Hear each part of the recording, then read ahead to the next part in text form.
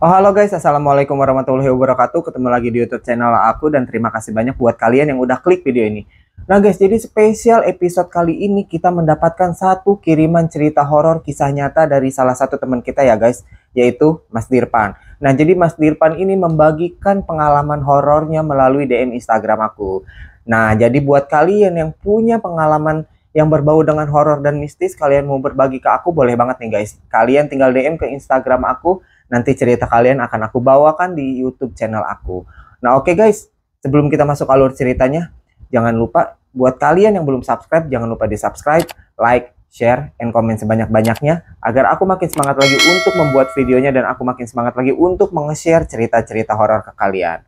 Oke guys, bagaimana cerita dan kisahnya? Langsung aja kita masuk ke alur ceritanya. Check it out. Nah guys, jadi pengalaman yang terjadi pada Mas Dirpan ini terjadi pada tahun 2010 guys.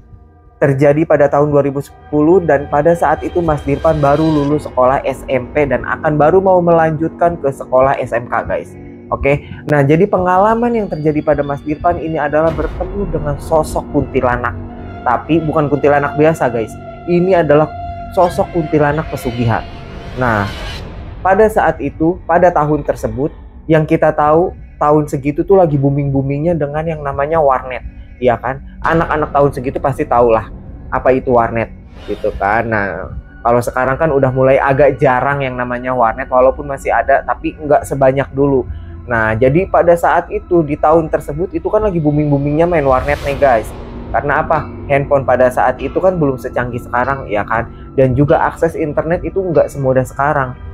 Ditambah kuota internet pada saat itu kan nggak semurah sekarang guys. Nah jadi untuk para pelajar seperti Mas Dirpan ini kan agak keberatan untuk beli kuota internet ya kan, nggak kayak sekarang nih. Kuota internet nih kalau sekarang kan murah-murah ya, nggak terlalu mahal kayak dulu gitu kan. Nah jadi singkat cerita, Mas Dirpan ini mengisi waktu luang setelah kelulusannya itu selalu pergi ke warnet untuk main internet ya kan, pada malam hari ya guys, pada malam hari setelah azan maghrib atau jam 7 malam. Nah jadi singkat cerita, dengan rutinitasnya Mas Dirpan setiap malam keluar bersama teman-temannya untuk pergi ke warnet. Nah jadi singkat cerita, ada salah satu malam yang selalu diingat Mas Dirpan sampai saat ini. Karena apa? Dianggap oleh Mas Dirpan malam itu adalah malam yang paling apes yang pernah dialami oleh Mas Dirpan dan tidak akan pernah bisa ia lupakan. Bahkan sampai saat ini dia masih sangat ingat, ya kan? Dia masih sangat ingat sampai saat ini. Jadi ceritanya malam itu adalah malam Selasa guys. Nah rutinitas Mas Dirpan bersama teman-temannya itu kan setiap malam selalu pergi ke warnet ya. Jadi pada saat itu Mas Dirpan nih lagi disuruh sama orang tuanya ya kan, lagi disuruh sama orang tuanya, dan akhirnya teman-temannya Mas Dirpan pergi duluan ke warnet. Akhirnya Mas Dirpan nih ketinggalan dong, karena dia ini lagi disuruh sama temennya ya kan. Dia lagi disuruh sama temennya, sama orang tuanya, lagi disuruh sama orang tuanya. Akhirnya Mas Dirpan itu belum berangkat, tapi teman-temannya udah berangkat guys. Nah guys, singkat cerita, setelah Mas Dirpan melakukan apa yang disuruh oleh orang tuanya, akhirnya Mas Dirpan pun bersiap untuk pergi ke warnet guys. Nah jadi pada saat itu udah pukul 8 malam ya guys, sudah jam 8 malam. Nah jadi Mas Dirpan berangkat ke warnet itu sekitar jam 8 malam. Oke, akhirnya singkat cerita sampailah nih Mas Dirpan nih ke warnet kan, nyampe ke warnet. Sampai di warnet biasalah kita login. Pada saat itu Mas Dirpan login main warnet 3 jam ya kan, bayar untuk 3 jam. Nah karena teman-temannya udah main duluan, akhirnya Mas Dirpan ketinggalan dong. Ya udahlah dia main, singkat cerita dia buka beberapa aplikasi kayak YouTube, Facebook, apa segala macem gitu kan. Dia buka ya kan. Nah singkat cerita udah jam 10 malam, karena teman-temannya juga seperti biasa itu memang setiap hari selalu login di 3 jam ya kan, login di 3 jam. Nah udah jam 10 malam tapi Mas Dirpan belum selesai, karena dia masih ada sisa 1 jam guys. Masih ada sisa 1 jam. Akhirnya Mas Dirpan melanjutkan main di warnet itu, karena kan masih ada sisa 1 jam. Dia pikir sayang juga gitu kan kalau misalkan ditinggalin gitu. Nah sedangkan pada saat itu kan itu harus bayar, kalau di warnet kan bayar guys. Nah akhirnya balik lagi ke cerita, Mas Dirpan nih tetap main nih, teman-temannya pulang duluan pada jam 10 malam. Nah pada saat itu Mas Dirpan tidak ada merasakan firasat apapun atau tidak ada kecurigaan apapun guys. Tidak ada kecurigaan apapun pada saat itu. Akhirnya singkat cerita, setelah jam 11 malam selesailah nih Mas Dirpan main, ya kan. Selesai Mas Dirpan main, siap-siap Mas Dirpan untuk pulang.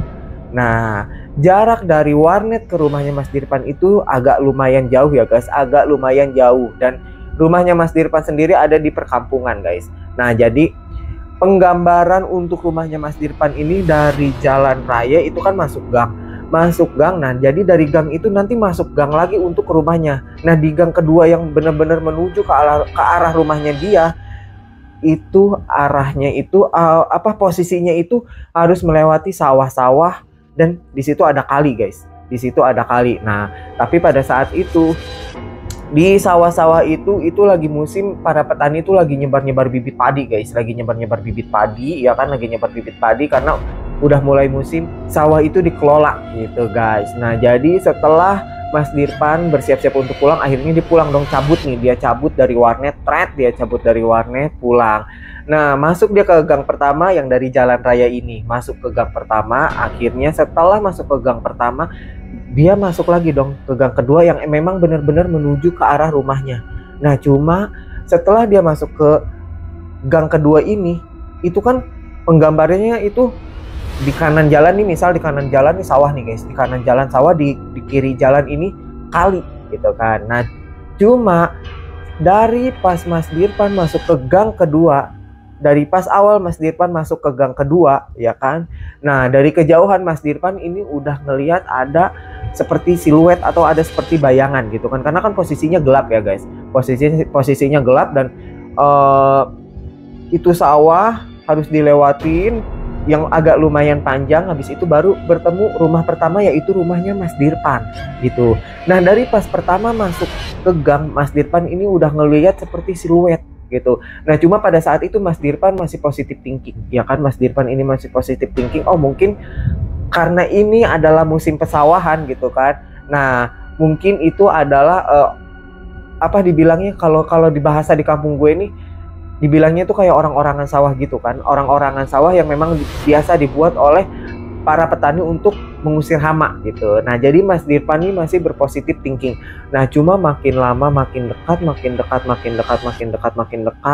gitu kan, makin dekat, ternyata di situ makin jelas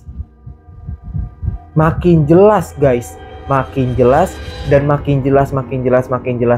akhirnya berpapasan lah mereka, tepat di depan si sosok tersebut, ya kan, tepat di depan si sosok tersebut. Ternyata di situ Mas Dirpan baru sadar, ternyata itu adalah sosok kuntilanak,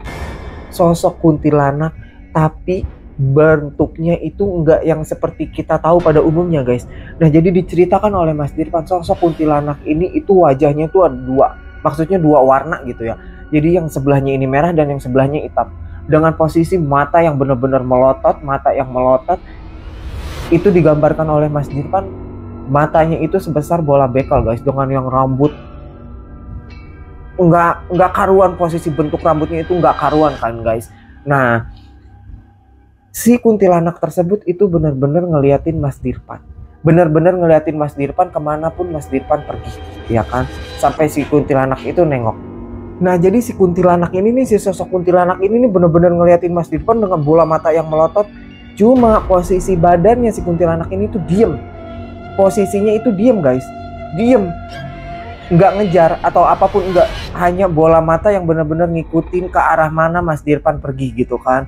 Nah nggak terasa Mas Dirpan benar-benar narik gas motornya itu dengan sekuat tenaga atau dengan sampai full, sampai akhirnya si motor itu benar-benar melesat dengan cepat guys, melesat dengan cepat karena saking takutnya dia gitu kan. Karena kan pada saat itu posisinya Mas Dirpan nih serba kepentok, ya kan, serba kepentoknya apa, jadi gang yang menuju ke rumahnya itu benar-benar jalan kecil, jalan setapak yang hanya bisa dilewati dengan satu motor guys, yang hanya bisa dilewati dengan satu motor ya.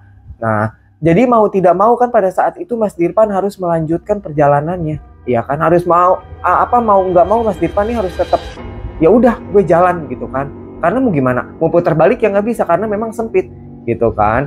Karena memang sempit. Akhirnya singkat cerita, setelah berpapasan dan dia tahu itu adalah sosok kuntilanak, Mas Dirpan narik gas motornya itu dengan sekuat tenaga.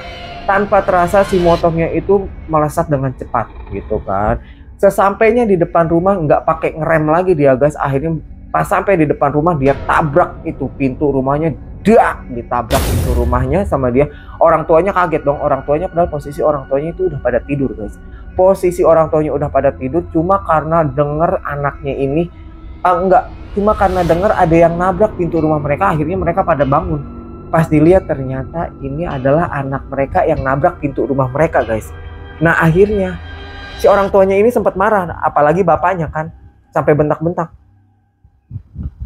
Nah, jadi si bapaknya ini sampai bentak-bentak, guys. Karena kan si bapaknya ini, apalagi orang tuanya ini kan nggak tahu apa yang dialami oleh anaknya. Ya kan, nggak tahu apa yang dialami oleh anaknya. Pas si bapaknya sama si ibunya ini keluar, marah dong orang tuanya, terutama bapaknya sampai bentak-bentak si Mas Dirpan. Mereka bahasanya Sunda ya guys. Nah bapaknya tuh sampai ngomong gini, nah naon cina Arisia gitu, pantau imah cina dijeblok. Nah begitulah kurang lebihnya ya guys ya. Nah cuma di situ Mas Dirpan belum bisa berkata apapun, dia cuma masih diem, cuma dengan mimik wajah yang pucat, keringat keluar dari mukanya, pokoknya semua dari badannya dia keringat. Akhirnya di situ ibunya mulai nanya, kenapa gitu kan, ada apa? Akhirnya singkat cerita dibawalah masuk ke dalam si Mas Dirpan ini. Dibawa masuk ke dalam rumah, langsung dikasih minum sama si orang tuanya, ditenangin dulu sama si orang tuanya. Yang bapaknya tadinya marah-marah, akhirnya si bapaknya ini juga luluh. Akhirnya si bapak ini juga ngebaikin si Mas Dirpan gitu kan, dielus-elus lah anaknya, ditenangin gitu kan. Akhirnya setelah si Mas Dirpan tenang, ya kan, barulah ditanya sama orang tuanya, ayah naon gitu, kunaon kuat nepi nabrak panto imah, nah gitu cekolot nate guys. Nah akhirnya di situ si Mas Dirpan itu bercerita guys, si Mas Dirpan ini bercerita bahwa dia melihat sosok kuntilanak yang tidak lazim. Melihat sosok kuntilanak yang tidak lazim dengan artian kata sosok kuntilanak yang nggak sesuai gambaran yang selama ini diceritakan atau yang selama ini dia dengar gitu kan guys. Jadi sosok kuntilanaknya ini beda. Akhirnya dia cerita, mah pak gitu kan, abi kapanggih kuntilanak, cuman kuntilanaknya itu begini, bentukannya itu begini, dan itu benar-benar melotot dengan bola mata yang merah nyala yang digambarkan itu seperti sebesar bola bekel guys, sebesar bola bekel. Nah cuma kan mungkin akhirnya si orang tuanya ini belum ada rasa curiga apapun gitu kan, belum ada rasa curiga apapun, dan si orang tuanya ini menganggap bahwa itu adalah hal kebetulan yang biasanya kepercayaan orang Sunda itu, jika orang yang tidak bisa melihat sosok makhluk halus tapi dia tiba-tiba melihat makhluk sosok halus, itu berarti dianggap si makhluk itu lagi apes gitu kan. Nah jadi si orang tuanya ini itu beranggapan memang si makhluk itu tuh, si kuntilanak ini tuh lagi apes, makanya bisa sampai kelihatan sama anak mereka gitu guys. Nah singkat cerita ya udahlah gitu kan, ini cuma dianggap kebetulan aja. Akhirnya setelah ditenangkan, anaknya suruh masuk ke dalam kamar dan disuruh tidur. Nah setelah kejadian itu belum terjadi apapun dan belum ada keganjilan apapun di malam itu ya guys. Di malam itu tuh belum ada keganjilan atau belum terjadi apapun gitu. Akan tetapi guys, di malam berikutnya di keesokan malamnya ya guys, di keesokan malamnya di situ mulai terjadi hal-hal yang aneh menimpa Mas Dirpan sendiri guys.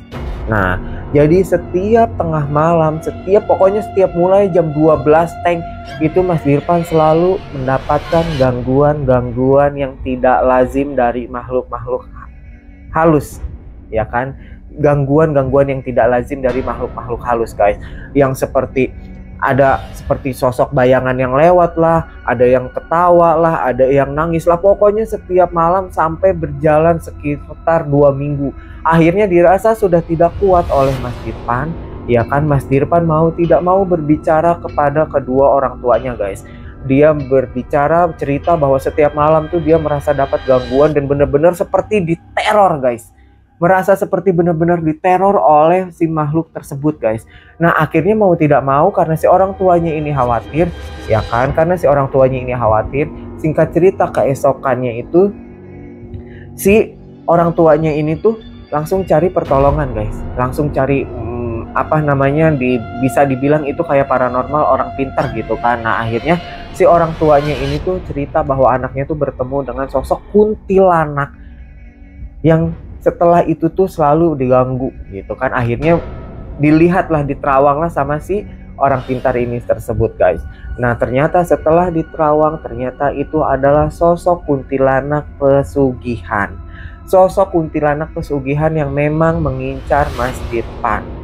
Nah di situ orang tuanya panik guys, bener-bener panik. Nah tapi setelah kejadian itu, setelah si orang tuanya ini mendatangi orang pintar, ya kan. Nah di situ bukan malah membaik, tapi Mas Dirpan malah sering sakit guys, malah sering sakit gitu kan. Akhirnya bener-bener nih si orang tuanya, aduh gimana nih Mbah, tolong dong gitu dengan anak saya, gimana caranya supaya anak saya sembuh gitu kan. Nah jadi si orang tuanya ini bener-bener minta tolong banget guys sama si orang pintar tersebut. Dan akhirnya guys, akhirnya si orang pintar ini tuh memberikan satu buah air di dalam kendi kecil gitu kan. Nah si orang pintar ini tuh berpesan, minumkan air ini tapi jangan dipindahkan ke tempat lain. Minumkan air ini terus suruh dibasahi seluruh badannya si Mas Dirpan pakai air tersebut. Ini hanya untuk menangkal sesaat, bukan untuk menangkal selamanya. Nah jadi si orang pintar ini setelah memberikan air itu, dia itu berpesan kepada si orang tuanya atau meminta kepada si orang tuanya, berikan saya waktu untuk saya mediasi, mencari cara bagaimana caranya supaya anak kalian itu bisa lolos atau bisa lepas dari sosok jin yang memang sedang mengincar anak kalian gitu kan. Nah akhirnya singkat cerita, pas dari situ pulanglah orang tuanya, langsung dikasih minum tuh si Mas Dirpan nih, langsung dikasih minum nih sama orang tuanya nih air dari si mbah tersebut gitu kan. Langsung dikasih minum terus langsung dibalurkan ke seluruh badannya si Mas Dirpan. Nah alhamdulillah setelah dibalurkan dan setelah diminum, selang berapa jam si Mas Dirpan udah mulai membaik, ya kan. Si Mas Dirpan udah mulai membaik, tapi tidak selesai sampai di situ guys. Setelah itu malah terjadi kejadian yang makin parah guys.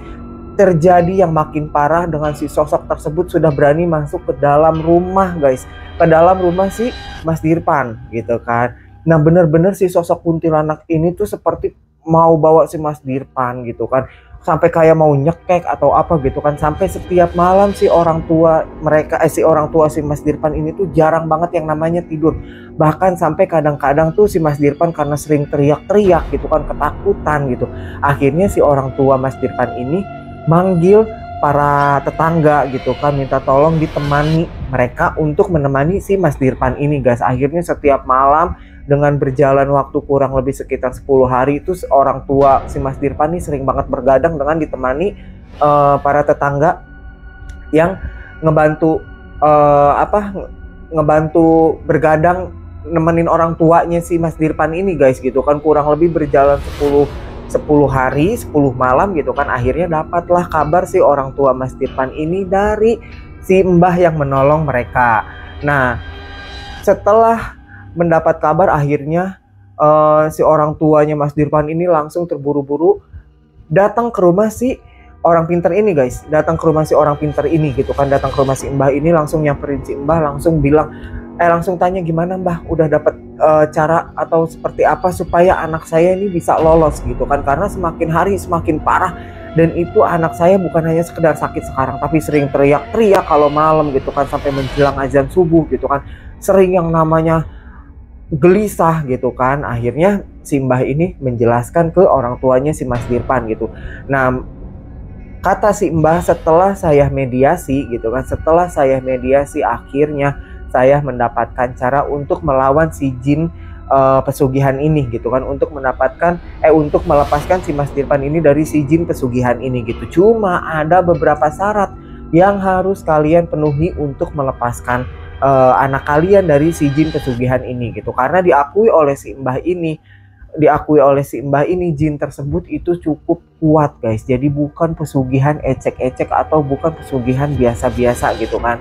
Yang kita tahu yang namanya orang mau dijadikan tumbal pesugihan itu sangat susah untuk dilepaskan gitu kan. Nah, untuk dibantu gitu kan, biasanya nggak selang lama itu ya udah meninggal gitu kan, karena dibawa sama si jin pesugihan ini gitu.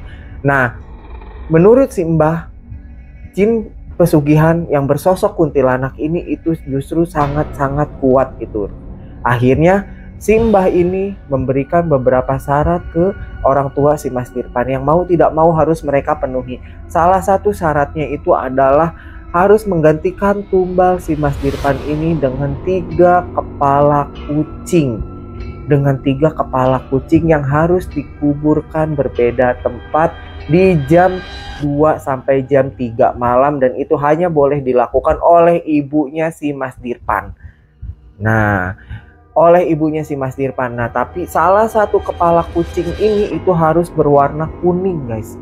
Salah satu kepala kucing ini tuh harus berwarna kuning, dan yang kepala kucing kuning ini tuh harus dikuburkan di tengah-tengah pemakaman umum pada jam 2 malam.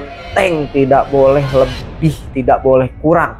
Bener-bener pas jam 12 itu udah harus bener-bener dikubur, dimasukin ke dalam tanah dengan beberapa kembang-kembangan gitu kan, dengan beberapa kembang-kembangan lengkap dengan nanti yang sudah disiapkan dari si Mbahnya gitu. Nah, akhirnya singkat cerita setelah si Mbah memberikan persyaratan tersebut, orang tuanya si Mas Dirpan pun menyanggupi gitu. Nah, akhirnya singkat cerita dijadwalkanlah untuk melakukan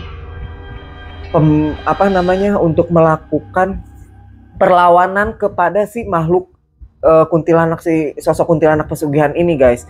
Nah, jadi malam itu tuh dijadwalkan adalah malam Kamis, hari Rabu malam Kamis gitu kan. Hari Rabu malam Kamis, akhirnya singkat cerita tibalah malam tersebut guys. Nah, tapi setelah azan maghrib, bener-bener setelah azan maghrib, si Mas Dirpan itu dia tuh tidak sadarkan diri.